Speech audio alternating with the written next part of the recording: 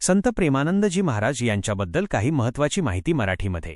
पार्श्वभूमी: त्यांचा जन्म 1972 मध्ये कानपूरजवळच्या सरसौल ब्लॉकमधील अखरी गावात अनिरुद्ध कुमार पांडे म्हणून झाला. ते एका धार्मिक ब्राह्मण कुटुंबातील आहेत. लहानपणापासूनच त्यांची अध्यात्माकडे तीव्र ओढ होती. आध्यात्मिक मार्ग. ते राधाकृष्णाचे निस्सीम भक्त आहेत. त्यांचे शिक्षण प्रेम, दैवी प्रेम मोक्षाचा मार्ग म्हणून अधोरेखित करते. ते वृंदावनमध्ये राहतात, जे कृष्णाच्या भक्तांसाठी महत्त्वाचे तीर्थक्षेत्र आहे. त्यांचा आश्रम श्री हितराधा केली कुंज वृंदावनमध्ये आहे. शिक्षण आणि प्रभाव: ते सत्संग, आध्यात्मिक सभा आयोजित करतात, जिथे ते त्यांचे ज्ञान आणि अंतर्दृष्टी सामायिक करतात.